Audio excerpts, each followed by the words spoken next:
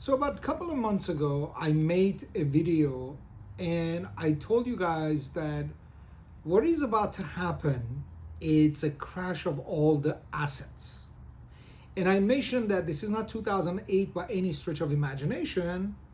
And as we can see right now, things are happening in a very fast pace.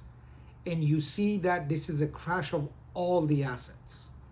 So first of all, to begin with, the commercial real estate crash, it's already started.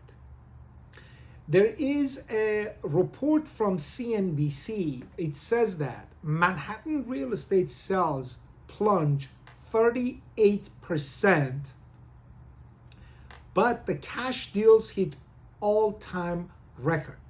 So let's talk about this. And also there is another article that talks about there is a LA high-rise that it was sold 50% loan to value.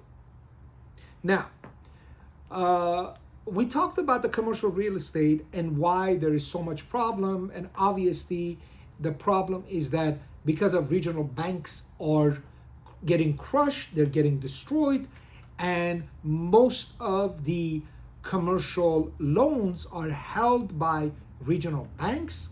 So right now what is happening is that because of banking crisis, the regional banks, they are in a horrible situation, and as a matter of fact they're getting destroyed.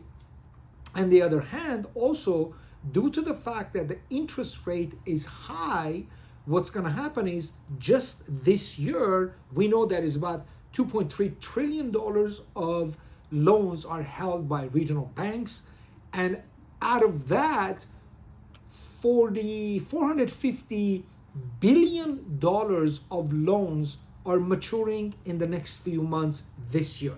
So when you really think about it, there are three different classes of buildings that it's going to get hurt, but a couple of them more than the other. So you have a Class A, Class B, and Class C buildings, which basically almost about 80% of the loans are held with regional banks, 80% of them. 20% are held with major lenders. You see what I'm getting at? So 80% of Class B and Class C buildings, what does it mean basically in the layman terms is that basically you have a Class A building which is located in a very highly desirable area, and that area it's almost very difficult to have so much problems. Then you have less than that, which is Class B, Class C, mostly rural areas, and those are the buildings and high rises, whatever, that, you know, it's in an upcoming area, it's a very new area, it's a rural area. So Class B and Class C, the loans are held by regional banks, even Class A. However, 80% of those loans are held by regional banks, which they held Class B and Class C buildings. So the reason the crisis has already started is because if 38% the real estate sales plunged in Manhattan, and LA, they start selling buildings 50% loan to value, imagine what's going to happen to Class B and Class C. They're going to get crushed. In other words, when the time comes in the next few months, building, I'm just going to give you as an example, if a building worth about $5 million, which is a Class B or Class C, right? What's going to happen is when it comes to the time for these owners to renew their loans, they're going to walk away.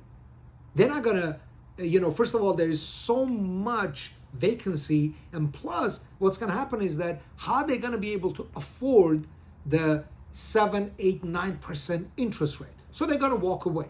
So what does it mean is that if Class A buildings are they getting sold for 50% loan to value, the Class B and Class C, they're going to go 60% loan to value, 70% loan to value. this is going to create massive problems in commercial real estate. However, in the meantime, it's going to create tremendous amount of opportunity for people to be able to buy and take advantage.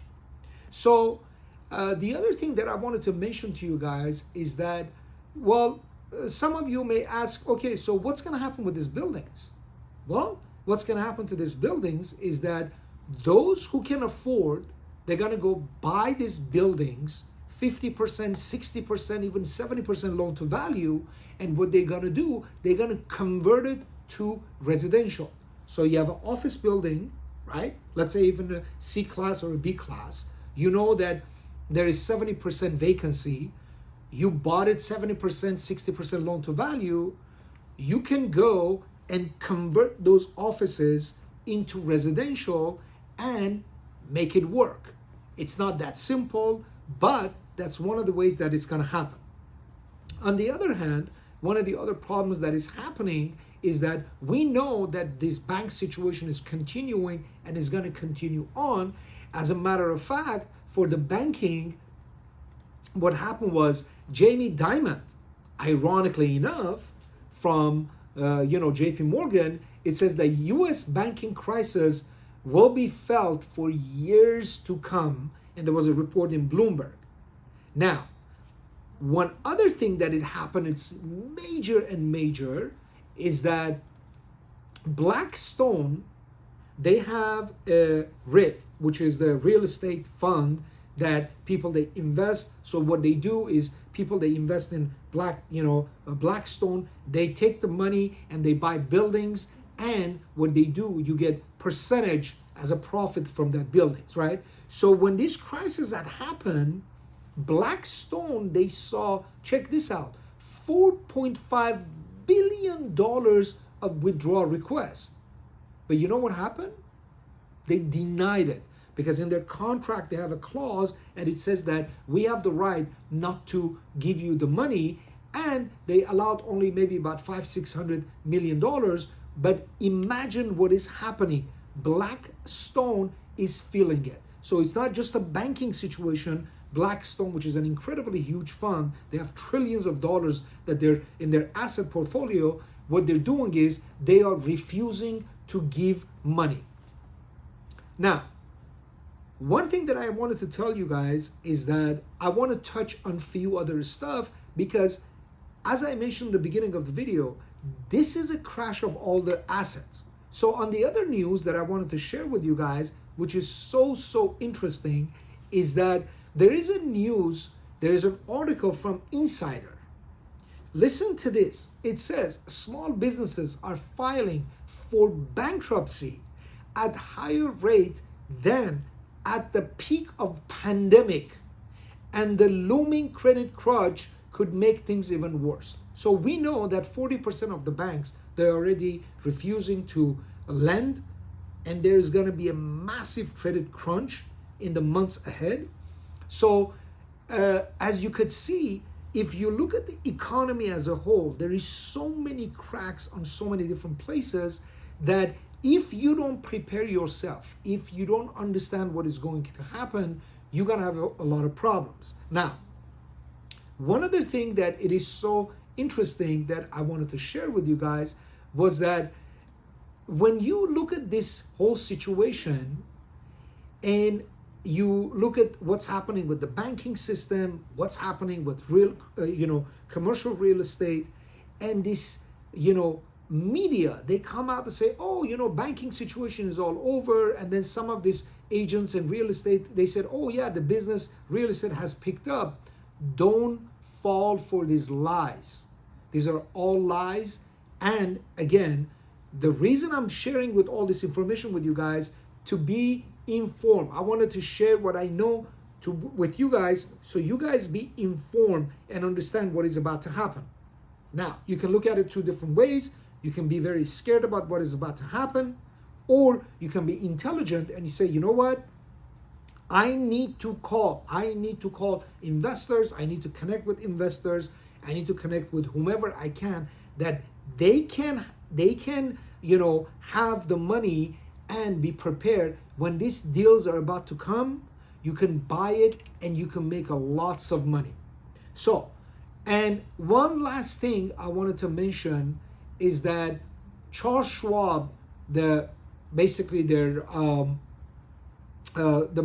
stock is dropped about 30%. It's high since 1970s, but you got to understand something. Charles Schwab, they have $7 trillion of assets there. And one more thing that you guys need to remember is that they have Charles Schwab Bank and they have Charles Schwab brokerage account. Okay, so the brokerage account is completely safe. They're talking about the banking, but overall, what I'm trying to tell you is that commercial real estate crash has already started. This is going to affect so many things, massive layoffs, massive bankruptcies that are about to come, but also with all of that is going to create tremendous amount of opportunities. I wanted to share this with you guys. Be prepared, be intelligent, surround yourself with the right people, be connected with right investors, with right team, because we are about to have tremendous amount of opportunities for us to be able to make money. Again, if you guys wanted to contact me, if you guys have deals, if you guys have opportunities that you may not be able to close, please contact me. We can work on together. We can both make money. As always, good luck and have a wonderful week.